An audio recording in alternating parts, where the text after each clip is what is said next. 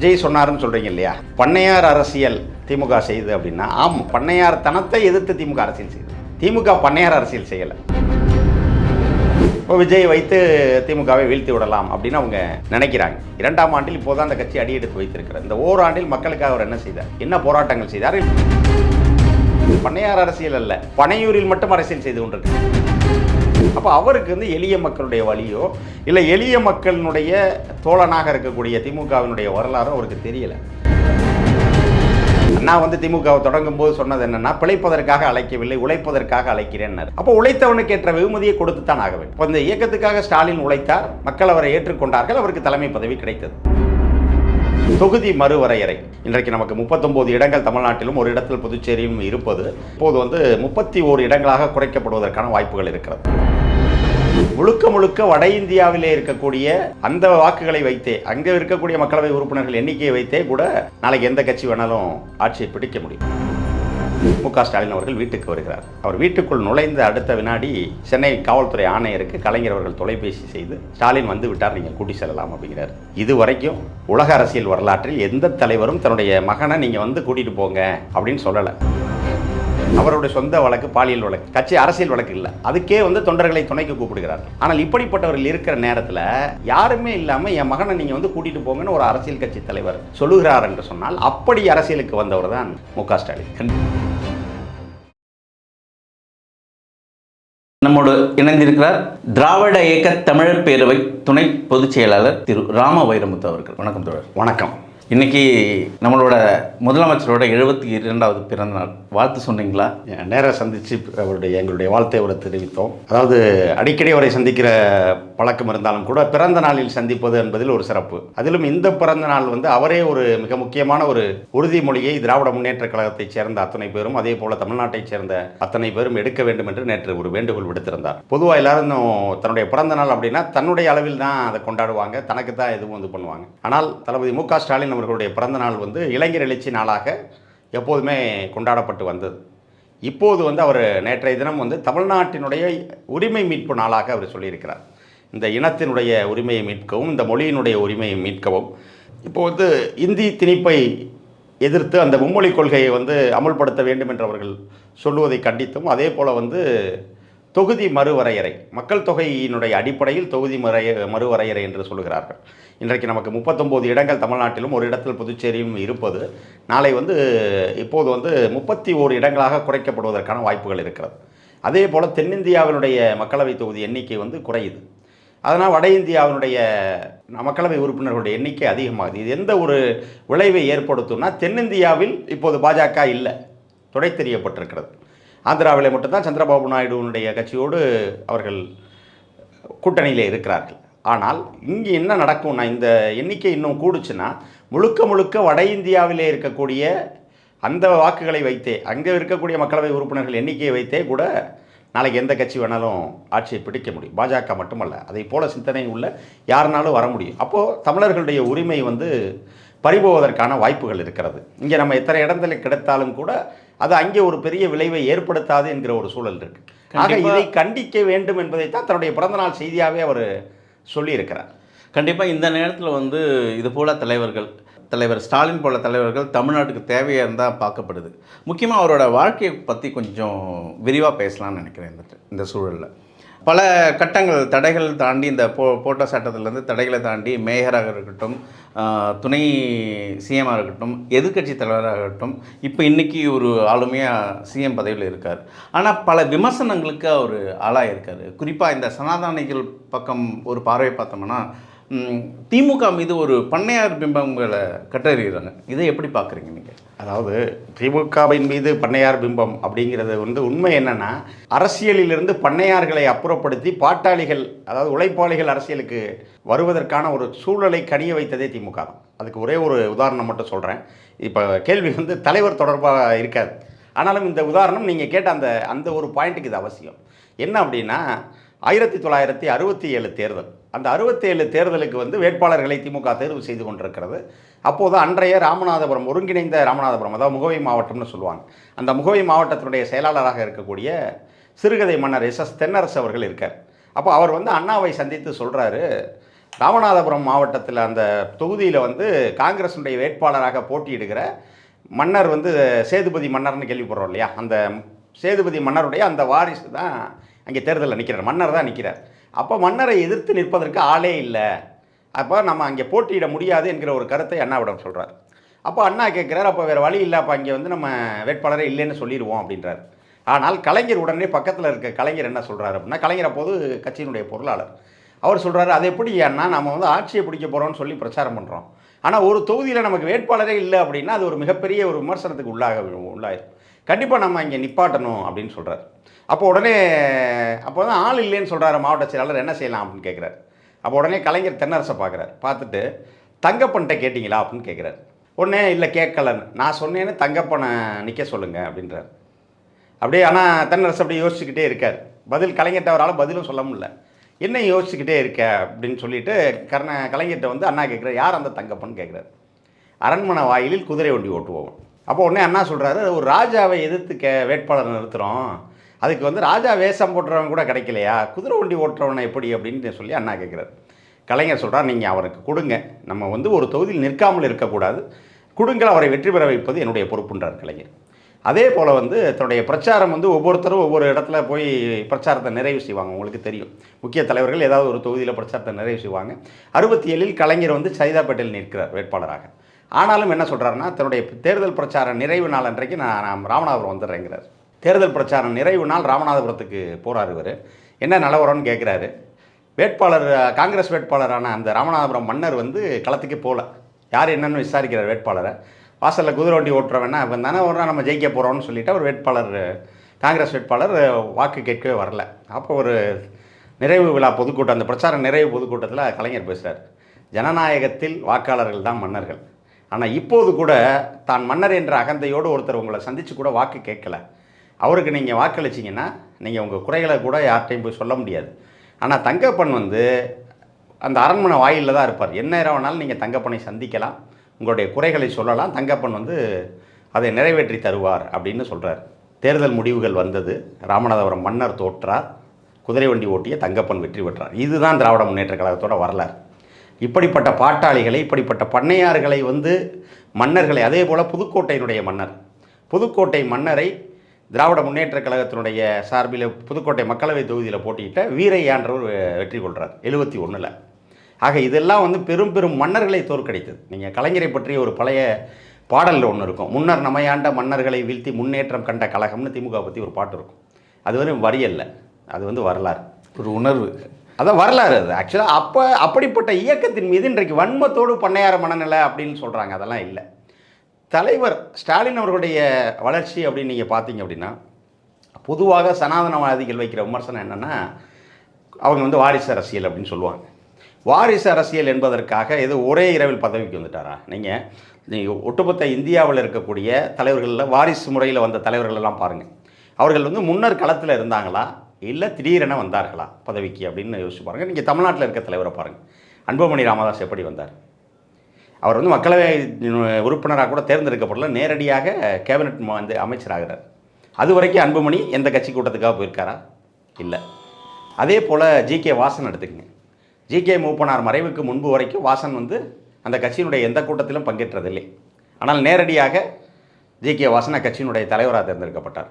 இப்படி நீங்கள் சொல்லிக்கொண்டே போகலாம் எல்லா அரசியல்வாதிகளை பற்றி.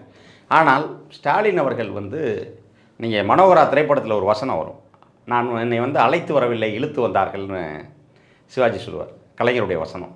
அதே போல தான் அரசியலுக்கு மு.க. ஸ்டாலின் அழைத்து வரப்படவில்லை, இழுத்து வரப்பட்டார். அன்னை இந்திரா காந்தியால் மிசா சட்டத்தின் கீழ் வந்து நெருக்கடி நிலை பிரகடனப்படுத்த போது அவர் கைது செய்யப்பட்டு அதன் மூலமாகத்தான் அவர் முன்னேற அரசியலுக்கு வந்தார். அது வரைக்கும் அவரோட வேலை என்ன அப்படின்னா, கட்சிக்காக பிரச்சார நாடகம் போடுவார். 1976 ஜனவரி 31ஆம் தேதி வந்து கலைஞருடைய அரசு கலைக்கப்படுது. அந்த நெருக்கடி நிலை பிரகடனப்படுத்தப்பட்டதை எதிர்த்து வந்து திமுக குரல் கொடுத்த காரணத்தினால ஆட்சி கலைக்கப்படுது. ஆட்சி கலைத்த 1 மணி நேரத்தில் வந்து சென்னை காவல்துறை வந்து கலைஞரோட கோபாலபுரம் இல்லத்துக்குள் நுழைகிறது. வீடு ஃபுல்லாக உங்கள் வீட்டை சோதனை போடணுன்றாங்க. என்னன்னு கேட்குறார் தலைவர், உங்கள் மகன் ஸ்டாலினை கைது செய்ய சொல்லி உத்தரவு அப்படிங்கிறாங்க.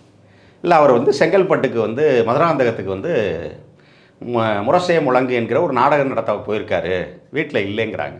காவல்துறை நம்பவில்லை, வீட்டை சுற்றி பார்க்குறாங்க. வீட்டை சுற்றி பார்த்துட்டு இல்லை கிளம்புறாங்க, அவர் இல்லைன்ட்டு கிளம்புறாங்க. அப்போதும் கலைஞர் வந்து என்ன சொல்கிறாருன்னா, உங்களை வெறுங்கையோடு அனுப்ப மனம் இல்லை, என்ன வேணால் கைது பண்ணிக்கங்கன்றார். உடனே அவங்க சொல்கிறாங்க, எங்களுக்கு உத்தரவு வந்து ஸ்டாலினை கைது செய்ய வேண்டும் என்று தான் உத்தரவு அப்படின்னோடனே, நாளை அவர் வந்தவுடன் நானே சொல்லி அனுப்புகிறேன் அப்படின்னு சொல்கிறார். அடுத்த நாள் பிப்ரவரி 1ஆம் தேதி அவர் வந்து இவர் நாடகத்தை முடித்து விட்டு திரும்ப முடியல, ஆட்சி கலைப்பினால பேருந்துகள்லாம் ஓடலை, அந்த மாதிரி சிக்கல் இருந்தோடனே அடுத்த நாள் பிப்ரவரி 1ஆம் தேதி ஸ்டாலின் அவர்கள் வீட்டுக்கு வருகிறார். அவர் வீட்டுக்குள் நுழைந்த அடுத்த வினாடி சென்னை காவல்துறை ஆணையருக்கு கலைஞர் அவர்கள் தொலைபேசி செய்து, ஸ்டாலின் வந்து விட்டார், நீங்கள் கூட்டி செல்லலாம் அப்படிங்கிறார். இது வரைக்கும் உலக அரசியல் வரலாற்றில் எந்த தலைவரும் தன்னுடைய மகனை நீங்கள் வந்து கூட்டிகிட்டு போங்க அப்படின்னு சொல்லலை.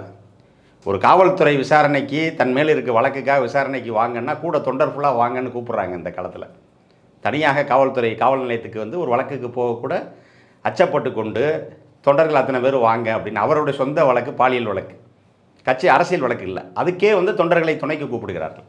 ஆனால் இப்படிப்பட்டவர்கள் இருக்கிற நேரத்தில் யாருமே இல்லாமல் என் மகனை நீங்கள் வந்து கூட்டிகிட்டு போங்கன்னு ஒரு அரசியல் கட்சி தலைவர் சொல்லுகிறார் என்று சொன்னால், அப்படி அரசியலுக்கு வந்தவர் தான் ஸ்டாலின். கண்டிப்பாக ஒரு நீண்ட வரலாறு, இதை யாரும் மறுக்க முடியாது, மறக்கவும் முடியாது. இந்த உங்களோட வரலாறுலேயே ஒரு சின்ன ஒரு கேள்வி வைக்கிறேன். இன்றைக்கு புதிதாக கட்சி தொடங்கிய நடிகர் விஜய் வந்து திமுகவை பார்த்து ஒரு விமர்சனம் வைக்கிறார். பண்ணையார் அரசியலை முழுவதுமாக ஒழிக்கத்தான் நான் களம் காண்டுகிறேன் அப்படின்னு. அந்த இடத்துல ஒரு பார்வையை நம்ம பார்க்கணும். பண்ணையார் அரசியல் ஒரு பார்வையை பார்க்கும்போது பதவியும் செல்வாக்கும் வந்து ஒரு பிறப்பு அடிப்படையில் தான் கிடைக்கதா? இதை எதிர்த்து தான் தலைவர் அண்ணாவும் சரி, தலைவர் கலைஞரும் சரி போரிட்டாங்க தமிழ்நாட்டில். இதே வழியில் தலைவர் ஸ்டாலின் அவர்களும் பின்பற்றி வராரா தமிழ்நாட்டில்? கண்டிப்பாக. அதாவது நீங்கள் விஜய் சொன்னார்னு சொல்கிறீங்க இல்லையா, பண்ணையார் அரசியல் திமுக செய்யுது அப்படின்னா, ஆமாம், பண்ணையார் தனத்தை எதிர்த்து திமுக அரசியல் செய்தது. திமுக பண்ணையார் அரசியல் செய்யலை. அதைத்தான் நான் முன்பே சொன்னேன். பண்ணையாருடைய பிடியில் இருந்த அரசியலை மீட்டு மக்களுக்கு, எளிய மக்களின் வசம் வந்து கொடுத்தது வந்து திமுக தான். இப்போ வந்து மதுரை இல்லை, இவருக்கு விஜய்க்கு நல்லாவே தெரியும் இல்லையா, அண்ணாவோட அரசியலும் சரி, கலைஞரோட அரசியலும் சரி, ஆரிய வர்க்கத்தை எதிர்த்து அந்த பதவியும் செல்வாக்கும் எதிர்த்து தான் ஒரு பலப்பரட்சியை மேற்கொண்டாங்க தமிழ்நாட்டில். இதை தான் இப்போ இன்றைக்கும் திரு ஸ்டாலின் அவர்களும் செஞ்சுட்டு இருக்காங்க. இது நல்லாவே தெரியும் இல்லையா விஜய்க்கு. அப்படி இருக்கிற சூழலில் எப்படி அந்த வார்த்தையை சொல்கிறார்? அதாவது இன்றைக்கு வந்து பழைய வரலாறுகள் பெரும்பாலும் பலருக்கு தெரிவதில்லை. இன்றைக்கி வாட்ஸ்அப்பில் வரக்கூடியது தான் வரலாறுன்னு நினச்சிக்கிட்டு இருக்கவங்க இருக்காங்க. இன்னொன்று வந்து அந்த கோயப்பல்ஸ் அப்படின்னு கேள்விப்பட்டிருக்கோம் இல்லையா, வெறும் பொய்யையே வந்து பரப்புவது. எதிர்முகாமில் இருப்பவர்கள் அதைத்தான் செய்து கொண்டிருக்கிறார்கள். இன்றைக்கி அவங்களுக்கு ஒரு பிரபலமான முகம் இல்லை, தெரியலை. இப்போ விஜய் வைத்து திமுகவை வீழ்த்தி விடலாம் அப்படின்னு அவங்க நினைக்கிறாங்க. இப்போ விஜய் வந்து திரையில் வந்து அவர் நாயகனாக இருக்கலாம், தரையில் அவர் யாருங்கிறத நம்ம பார்த்துக்கிட்டு இருக்கோம். இந்த ஓராண்டில், 2ஆம் ஆண்டில் இப்போது தான் அந்த கட்சி அடியெடுத்து வைத்திருக்கிறார். இந்த ஓராண்டில் மக்களுக்காக அவர் என்ன செய்தார், என்ன போராட்டங்கள் செய்தார்? இல்லை வந்து ஒரு பேரிடர் நிதி நேரத்திலே கூட மக்களை தன்னுடைய வீட்டுக்கு அழைத்து வந்து நிவாரணம் கொடுத்தார். இதை வந்து நீங்கள் எங்கேயுமே இப்படி ஒரு இதை வந்து எங்கேயும் கேள்விப்பட்டிருக்க மாட்டீங்க. ஒருவருக்கு உதவி செய்ய வேண்டுமென்றதால் நாம் இடத்துல போய் நம்ம உதவி செய்வோம். அதை விடுத்து அவர்களை அங்கே அழைத்து வருகிறது. பண்ணையார் அரசியல் அல்ல, பனையூரில் மட்டும் அரசியல் செய்து கொண்டிருக்கிறார். பண்ணையார்னு சொல்கிறீங்க? ஆமாம், பனையூரில் மட்டும் அரசியல் செய்து கொண்டிருக்கிறார் விஜய். அப்போ அவருக்கு வந்து எளிய மக்களுடைய வழியோ இல்லை எளிய மக்களினுடைய தோழனாக இருக்கக்கூடிய திமுகவினுடைய வரலாறோ அவருக்கு தெரியலை. அப்போ அவருக்கு எழுதி கொடுப்பவர்கள் வந்து அந்த மாதிரி எழுதி கொடுக்குறாங்க. இப்போ உண்மையை பார்த்தோம் அப்படின்னா, நீங்கள் சொன்ன மாதிரியே இன்றைக்கி வந்து எவ்வளவு வழிகளை தாங்கி இன்றைக்கு அவர் ஸ்டாலின் உருவாகி இருக்கிறார் அப்படின்னு பார்த்தீங்கன்னா, இது வந்து நீங்கள் ஒரு திரைப்பட காட்சி மாதிரி இருக்கும். ஒரு திரைப்படத்தில் வந்து நம்ம பார்ப்போம் இல்லையா, இப்போ மற்றவங்க ஏழைகளுக்காக ஹீரோ வந்து அவ்வளோ அடி வாங்குவார், இது வாங்குவார், அவ்வளோ தியாகங்கள் பண்ணிட்டு வருவார். இதை வந்து நம்ம அப்படி நடித்தவராக இருக்கலாம் விஜய். ஆனால் அதையெல்லாம் தன்னுடைய வாழ்வில் நேரடியாக செய்தவர் நம்முடைய தளபதி ஸ்டாலின் அவர்கள். இப்போ உதாரணத்துக்கு வந்து அவர் கைது செய்யப்பட்ட சம்பவத்தை சொன்னேன். கைது செய்யும் பொழுது அவர் வந்து அவருக்கு திருமணமாகி 5 மாதம் தான் ஆச்சு. அப்போ அந்த நேரத்திலும் கூட தன்னுடைய இளம் மனைவியை பிரிந்தவர் போகிறார். அவர் வந்து அப்போது கர்ப்பமாக இருக்காங்க. அப்போ அந்த நிலையில் கர்ப்பிணி மனைவியை விட்டு அவர் சிறைக்கு போகிறார். அவர் சிறையில் இருக்கும் பொழுது பிறந்தவர் தான் உதயநிதி.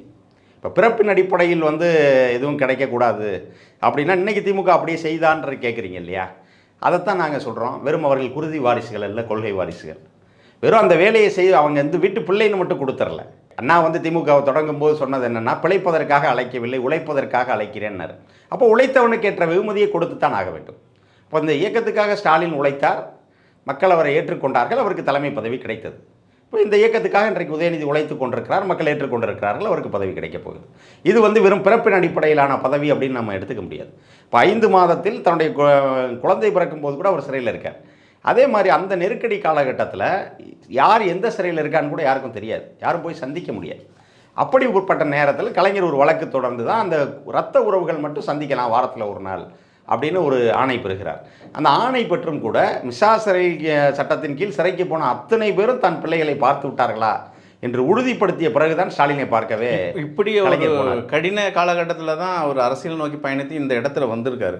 ஆனால் திமுகவை ஏளனம் செய்கிற ஒரு சில நபர்கள்ன்றது குறிப்பாக ஆரிய சமூகம் என்ன கூறுறாங்கன்னா, கலைஞர் வந்து ஏற்கனவே குறிப்பிட்டிருக்காரு, இது வந்து சங்கர மடத்தை போல அறிவாலயமும் வராது அப்படின்ற ஒரு சொல்லை குறிப்பிட்டிருக்காரு. ஆனால் இன்றைக்கி அதை தான் அங்கே அறிவாலயத்தில் நடக்குது அப்படின்ற ஒரு வார்த்தையை நம்ம எப்படி இல்லை, இப்போ அதைத்தான் நாங்களும் கேட்குறோம். இப்போ வந்து சங்கர மடத்தில் வந்து நீங்கள் அடுத்தவர்கள் வர முடியாது, இவருக்கு பின்னால் இவர் தான் அப்படிங்கிறது வந்து இன்றைக்கு உறுதியாக சொல்ல முடியாது அப்படின்னு தான் அன்றைக்கி கலைஞர் சொன்னார். இப்போ அன்னைக்கே அவர் ஸ்டாலின் அவர் கை காட்டலை, மக்கள் ஏற்றுக்கொண்ட பிறகுதான் அது கேட்டப்பட்டது. இப்போ நீங்கள் அவர் வந்து முதல் இளைஞரணி தொடங்கப்படுகிற போது இளைஞரணியில் 5 பேரில் ஒரு அமைப்புக்குழு உறுப்பினராகத்தான் ஸ்டாலின் நியமிக்கப்பட்டார்.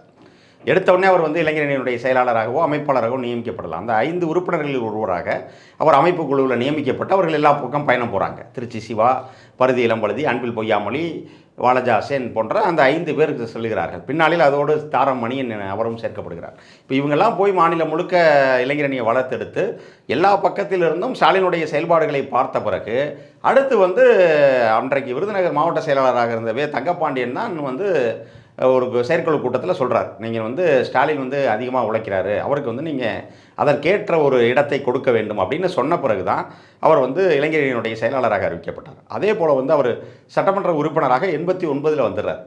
96 திராவிட முன்னேற்ற கழக ஆட்சி வரும்போது கூட அவர் அமைச்சராக்கப்படலை. அதுக்கப்புறம் வந்து அது மக்களால் அனைவருமே கேள்வி கேட்கப்பட்டது. ஏன்னா அவருக்கு கீழே இருக்கிறவங்க, அதாவது அவருக்கு கீழே மீன்ஸ் இளைஞரணியிலே அவர் மாநில செயலாளர், ஆனால் மாவட்ட இளைஞரணி அமைப்பாளராக இருந்த கன்னியாகுமரி சுரேஷ் ராஜன் அவர்கள் அமைச்சராக்கப்படுறார். ஆனால் வந்து ஸ்டாலினுக்கு அந்த பதவி கொடுக்கப்படலை. ஆனால் பின்னாடி வந்து இது எல்லாரும் சொன்ன பிறகு தான் அவர் சென்னை மேயர் ஆக்கப்பட்டார். அப்போ சென்னை மேயராக இருந்து சிறப்பாக செயல்படுகிறார். அதற்கு பிறகு தான் 2006 ஆட்சிக்கு வரும்போது தான் அதே போல் எடுத்த உடனே அவர் துணை முதல்வர் ஆக்கப்படலை, அவருக்கு அமைச்சர் பொறுப்பு தான் கொடுக்கப்படுது. அதற்கு பிறகுதான் வந்து அவர் துணை முதல்வராக 2009 தான் வர்றார். இன்னும் சொன்னீங்கன்னா நான் ஏற்கனவே சொன்னேன் இல்லையா, வேறு மாநிலங்களை ஒப்பிட்டு பாருங்களேன். இப்போ உத்தரப்பிரதேசனுடைய முதல்வராக இருந்த அகிலேஷ் யாதவ் வந்து அவருக்கு எந்த வயதில் முதல்வரானார்? காஷ்மீருடைய முதல்வராக இருந்த உமர் அப்துல்லா எந்த வயதில் முதல்வரானார்? எவ்வளோ நாள் அரசியல் அனுபவத்தில் அவங்க முதல்வரானாங்க அப்படின்றதெல்லாம் பார்த்தீங்கன்னா திராவிட முன்னேற்ற கழகத்தின் சார்பாக மு.க. ஸ்டாலின் எப்போதும் முதல்வர் ஆக்கப்பட்டிருக்கலாம். ஆனால் அவர் வந்து நீண்ட காலமாக உழைத்த பிறகுதான் அவருக்கான இடம் கிடைத்தது. இது வந்து வெறுமனே வந்து அவர்கள் வந்து விமர்சனத்துக்கு தான் அதை சொல்லிக்கொள்ளலாமே தவிர அதில் எந்த நியாயமும் இல்லை. இன்றைக்கு இந்திய அரசியல் அப்படின்னு பார்த்தோம்னா, இந்தியா அப்படின்னு எடுத்துட்டோம்னா பல மாநிலங்கள் இருக்குது. ஆனால் இன்றைக்கி பேசும் பொருளாக அரசியல் வட்டாரத்தில் இருக்கிறது நம்ம தமிழகம் தான்.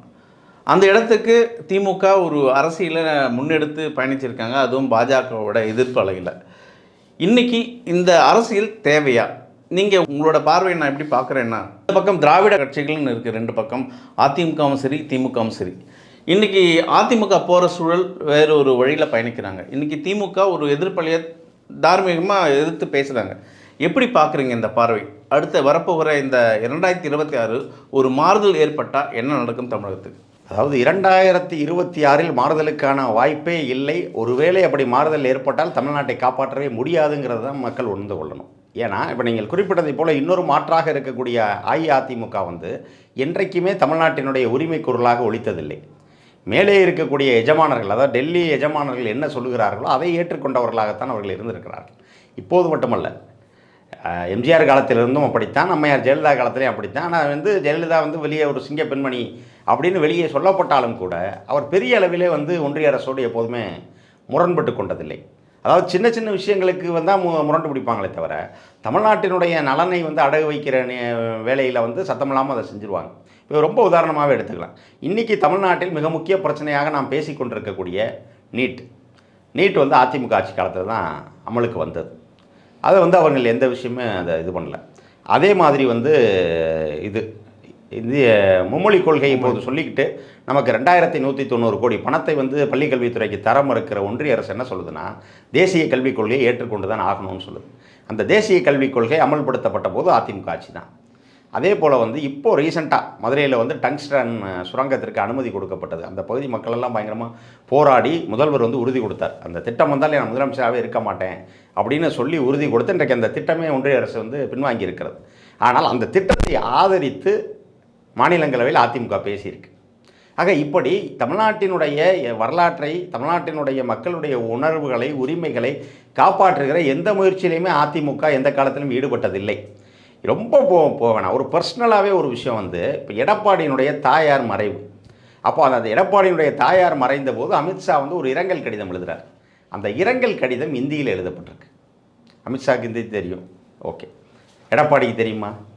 இப்போது ஒருவரிடம் நாம் வந்து ஆறுதல் சொல்லுகிறோம், அவனுடைய மொழியில் ஆறுதல் சொன்னால் தான் அவனுக்கு புரியும். அதை விடுத்து அதை இந்தியில் தான் மொழி இன்றைக்கி வேறவா இருக்குது, பாசிசமாக பாயசமாக இருக்குது. இந்த புரிதல் அவர்களுக்கு கிடையாது.